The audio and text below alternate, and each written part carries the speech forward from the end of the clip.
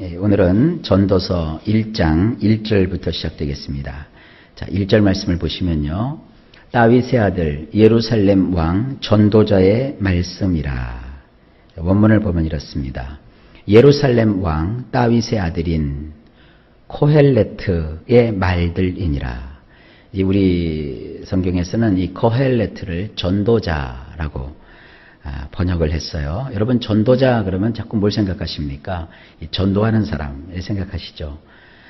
그리고 또 이제 한자로 보면 도를 전하는 자 이렇게 돼 있는데 원래 그 원문에서는 코헬레트라고 합니다.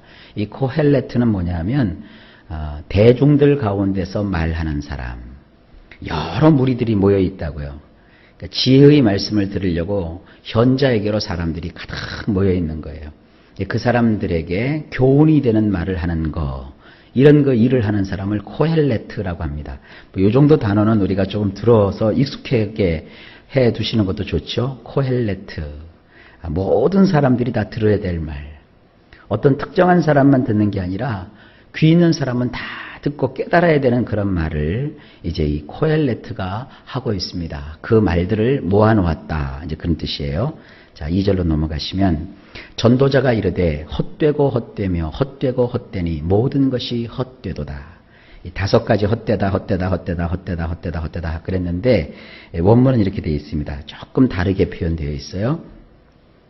덧없고 덧없는 것들이로다. 코헬레트가 말하노니 덧없고 덧없는 것들이로다. 모든 것이 덧없도다. 자, 우리 성경은 그냥 그 말씀을 그냥 몰아놨어요. 헛되고 헛되며 헛되고 헛되니 모든 것이 헛되도다. 근데 원문을 보게 되면 쌍쌍으로 이루어져 있어요. 이 덧없다라는 말을 그 히브리 말로는 헤벨이라고 합니다. 헤벨. 히브리 말로 보면은 헤벨님 이렇게 돼 있어요. 그리고 나서는 맨 끝에 헤벨 이렇게 돼 있거든요. 헤벨이라는 말은 가장 우리나라 말 속에서 덧없다는 말이 제일 좋더라고요. 이게 이제 풍선 같다. 바람이 잔뜩 들었다. 휘 불려서 날아가는 그러한 그 아주 아무것도 아닌 그 의미도 없는 뭐 그런 것이다. 그러니까 인생이라는 게 그러잖아요. 바람처럼 왔다가 바람처럼 사라지는 것이 인생이다. 이제 어떤 그 시인이 그렇게 표현을 했는데 바로 그 말이 헤벨이라는 말입니다. 덫이 없구나. 다 덧없는 것들이구나. 이 코헬레트가 이제 말하는 거예요. 사람들을 모아놓고 덫이 없다고. 다 덫이 없다고. 그러면서 이제 양쪽 쌍을 얘기하고 나서는 전체적으로 모든 것이 다 덫이 없는 거야.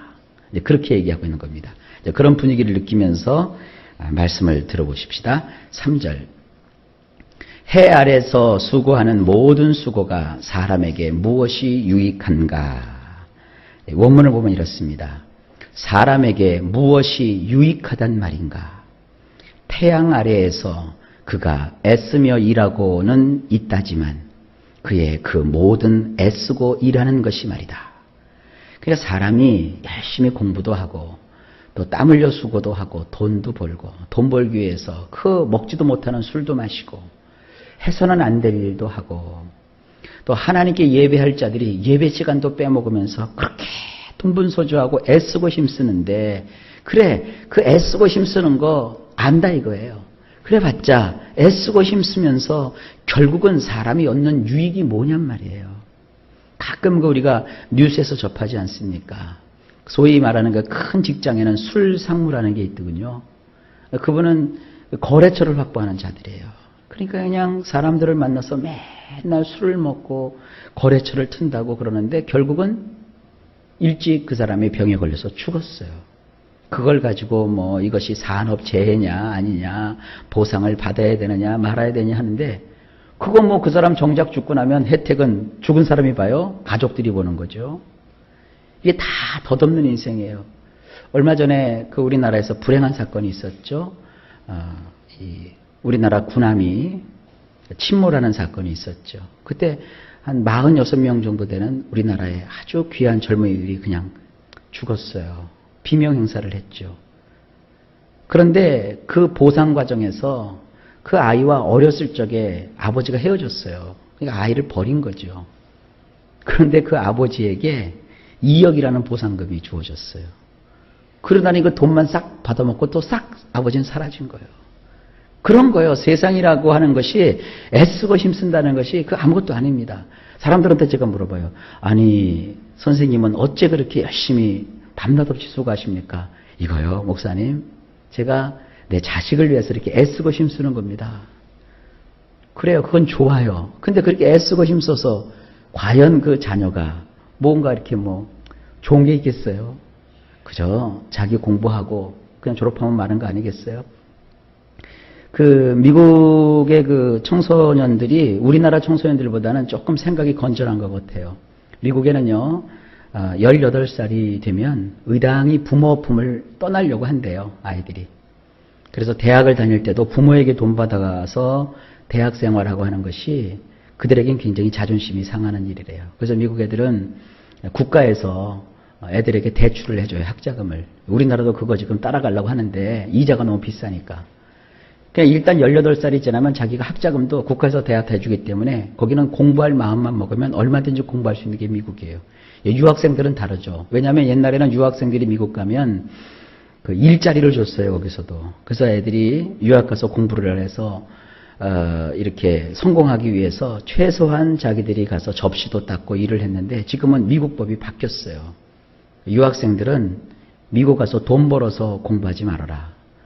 너희들이 학비를 가지고 와서 공부해라. 그러니까 유학생들이 옛날 같지 않아요. 그래서 유학생이 있는 가정은 여기서 부모들이 돈을 마련해서 보내줘야 되는 것이거든요. 근데 미국 애들은 정작 그러면 우리하고는 달라요. 그래서 걔네들은요, 18살이 되면 부모 곁을 떠나는데 가장 큰 선물이 뭐냐? 아버지나 어머니, 할머니나 할아버지 혹은 친척 가운데 그 사람들이 오랫동안 타던 그 중고차 한 대를 물려받는 걸 그렇게 애들이 행복하게 여긴대요. 그리고 나머지는 자기들이 다 하는 거예요. 공부도 하고 일을 하면서. 우리건 굉장히 다르죠. 그 부모들도 재미있어요. 아니 이제 18살, 19살 우리로 보면 코 올리게잖아요. 그 애들 내보내놓고 나서 마음이 편안하십니까? 그러면 그 사람들이 펄쩍 뛴대요. 여지껏 18년 동안 먹여주고 재워주고 입혀주고 공짜로 해줬으면 됐지. 다 커가지고 뭐 부모를 바라느냐고. 그럼 부모들은 뭐 하실 거냐고. 그럼 부모들은 그런데요. 이제부터 우리 인생을 즐겨야죠. 그런데요. 물론 이것이 일장일단은 있어요. 하지만 이 말씀에 비춰보면 그런 거예요. 제가 여러분들에게 말씀을 드리는데 자녀 위해서 사는 삶도 결국은 유익이 없어요. 어떤 여인은 남편에 의해서 산대요.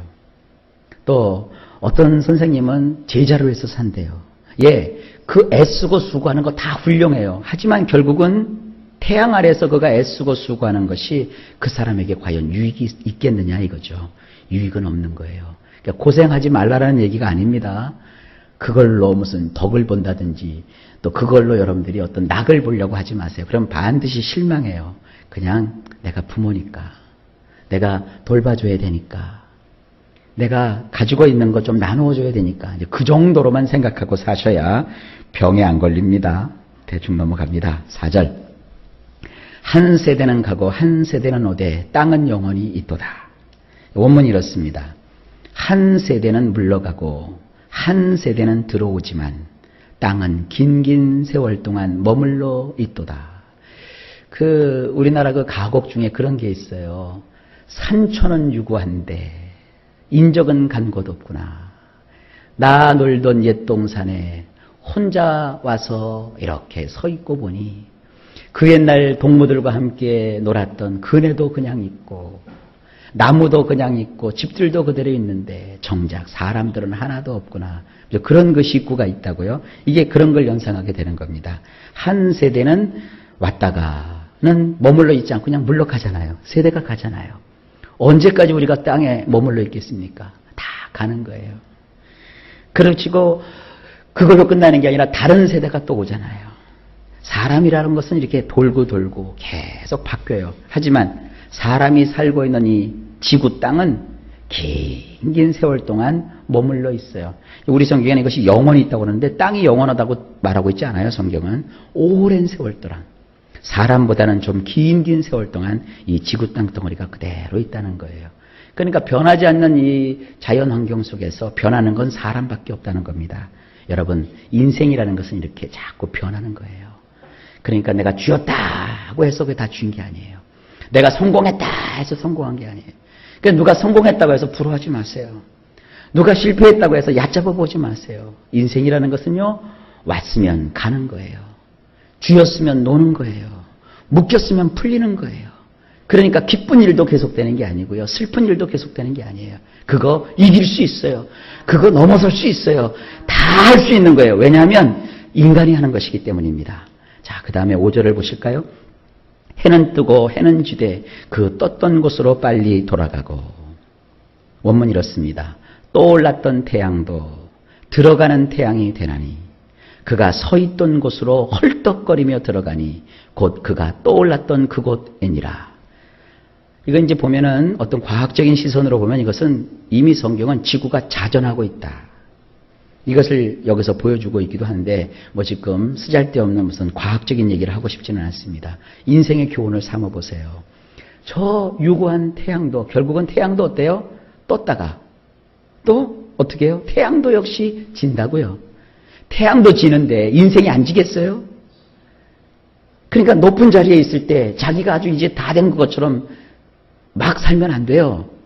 높은 곳에 오를수록 내가 내려갈 것을 생각해야 되는 거고요. 내려갔다고 쳐도 다시 올라갈 것을 우리가 기대해야 되는 거예요. 태양이요, 참 재미있는 표현이 있어요. 그가 원래 서 있던 곳으로 태양이 들어가는데 그냥 들어가는 게 아니라 헐떡거리며 들어가요. 태양이 막 급하게 이러고 다시 돌아가는데 결국 어디로 들어가느냐? 그가 떠올랐던 그곳으로 다시 들어가요. 그러니까 인생이라는 것이 뭐예요? 아무리 잘난 척 해봤자 하루 3끼밥 먹어야 되고요. 먹었으면 배설을 해야 되니까 그 화장실이 뭐 고급스러운 화장실, 뭐가 어떻든 뭐 옛날 재래식 화장실, 아무리 화장실을 깨끗하게 꾸며도 화장실은 결국 뭐예요? 배설하는 곳이에요. 인생이라는 것은 그렇게 높은 자도 없고 그렇게 낮은 자도 없는 거예요. 귀한 자도 없고 천한 자도 없는 거예요. 요즘 무슨 그 사회에서 이렇게 보는 드라마들 보면 뭐 자기가 대단한 신분인 것처럼 남을 깔보고 막 무시하고 자기가 사장이 있네 하고 그 하대하고 사람을 말이죠. 그러다가 또 그 드라마 작가가 기가 막히게 반전을 시키대요. 사장이었던 자가 다시 그냥 몰락해서 쫄딱 가난뱅이가 되고 그 인생이 그런 거예요. 있다고 남 무시하고 없다고 남 밑에 깔려있고 그런 거 아닙니다. 인생은 이렇게 하나님께서 순환하도록 해놓으셨어요. 6절입니다. 보세요. 이제 어떻게 자연의 이치를 말하고 있는가. 바람은 남으로 불다가 북으로 돌아가며 이리 돌며 저리 돌아 바람은 그 불던 곳으로 돌아가고. 원문이 이렇게 돼 있어요. 남쪽을 향하여 이리저리 다니다가 북쪽을 향하여 방향을 틀더니 빙 돌고 빙 돌아 이리저리 다니는 것이 바람이니 그 순환하는 것을 마치면 다시 되돌아오는 것이 바람이니라. 자, 이 코엘레트, 이 지혜자가 대중들한테 누구나 다 아는 상식을 가지고 인생의 교훈을 이렇게 알려주고 있는 거예요. 바람, 그 바람은 남으로 향하여 이리저리 다니다가 갑자기 방향을 틀어서 북쪽을 향하여 가다가 또 바람은 또 빙 돌고 빙 돌아 이리저리 다니는데 그 순환하는 것을 마치면 다시 원점으로 돌아오는 것이 바로 바람 아니냐. 인생도 역시 이렇게 바람과 같은 것이다. 7절 또 얘기합니다. 모든 강물은 다 바다로 흐르되 바다를 채우지 못하며 강물은 어느 곳으로 흐르든지 그리로 연하여 흐르느니라. 이 원문을 보면 더 세밀하게 이 말씀을 접할 수 있어요. 급류라 할지라도 그 모두는 이리저리 흘러 바다로 향하지만 바다가 언제 넘쳤던 적이 있더냐. 급류가 그 섰던 곳에서 이리저리 흘러나왔지만 그곳에서 그와 꼭 같은 것들이 되돌아온 듯 이리저리 흘러나오느니라. 이 강물이 흐르는데 막 급류가 흘러요. 이스라엘은요, 북쪽에 헐몬산이라는 게 있어요. 그 헐몬산은요, 위에 늘 만년설이 있다고요. 그 만년설이 녹으면서 물들이 막 흘러내려오는데 그 헐몬산에서 흐르는 물이 갈릴리 바다로 들어올 때 아주 급류가 흐르나 봐요. 막 물들이 급류가 흐르는데 그 물들이 결국은 그렇게 막 급하고 강하게 흐르지만 결국 그 물은 어디로 들어가요? 바다로 들어가는데 마치 그 급류가 바다를 잡아먹을 듯이 내려와도 결국은 바닷속으로 급류가 들어오면 잔잔해져요. 아무리 급류가 흘러도 바닷물이 넘치지 않는다는 거예요. 그리고 급류가 사라졌는가 싶으면 다시 보면 또다시 그 급류가 다시 온 것처럼 또 급류가 흐른다는 거예요. 이게 얼마나 멋진 풍경입니까? 인생이란 그런 거예요. 휘몰아쳐서 뭐 지나가면 다 끝날 줄 알았지만 또 다시 온 것처럼 또 휘몰아치는 거예요.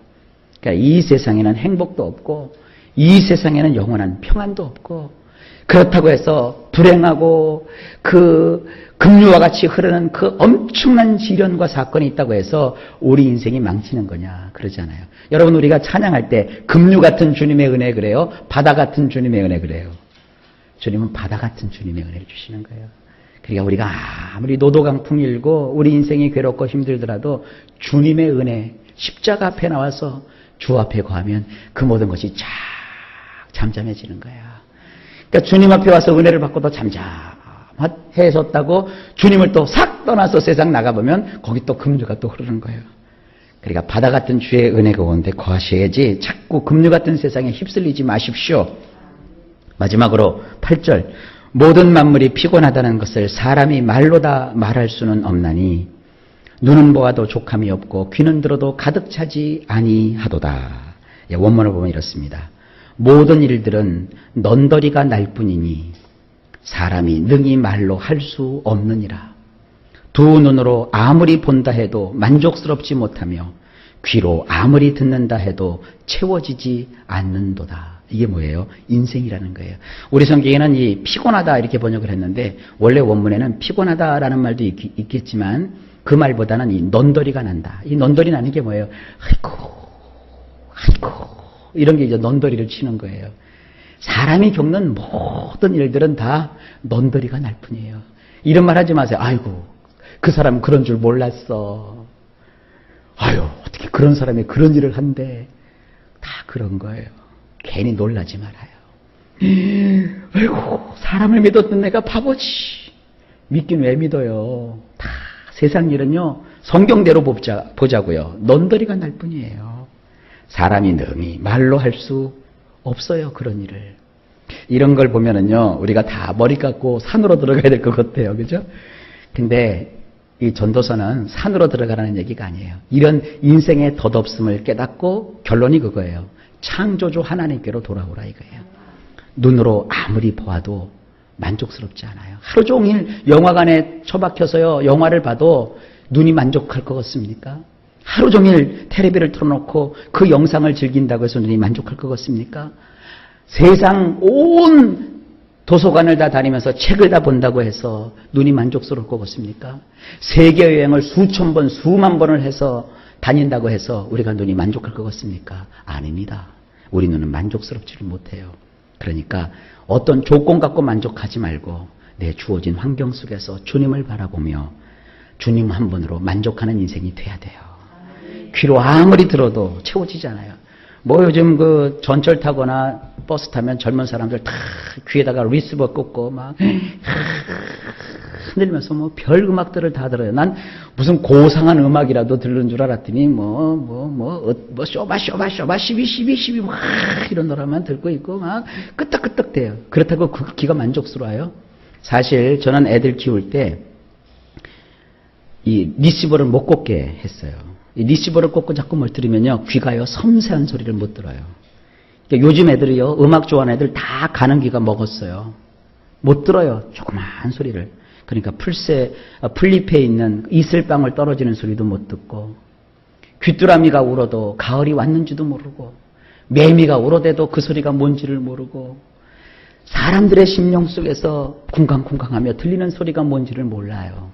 그냥 세상 소리에 취해서 강력한 비트가 나오는 음악에만 취해서 사니까 그렇게 해서도 채워지질 않아요. 이게 인생입니다. 자, 오늘 전도서를 처음 시작을 했는데 전도서가 사실은 이게 굉장히 어려운 책입니다. 모든 것이 다 시적으로 되어 있어서 이걸 어떻게 할까 제가 이 걱정을 하는데 오늘 첫 번째 말씀 강해를 하다 보니까 이 전도서도 하나님 주신 은혜가 넘치는군요. 자, 이 전도서 쭉 마칠 때까지 여러분 하나님의 말씀의 은혜에 푹 담기셔서 인생이 뭔지를 발견하시고 어떻게 하면 내가 이 인생을 보람있게 살 수 있을까 비결을 터득하시는 은혜가 있기를 예수님의 이름으로 간절히 축복합니다. 오늘도 하루가 시작되었습니다. 일마다 때마다 주님이 평강으로 함께해 주실 줄 믿습니다.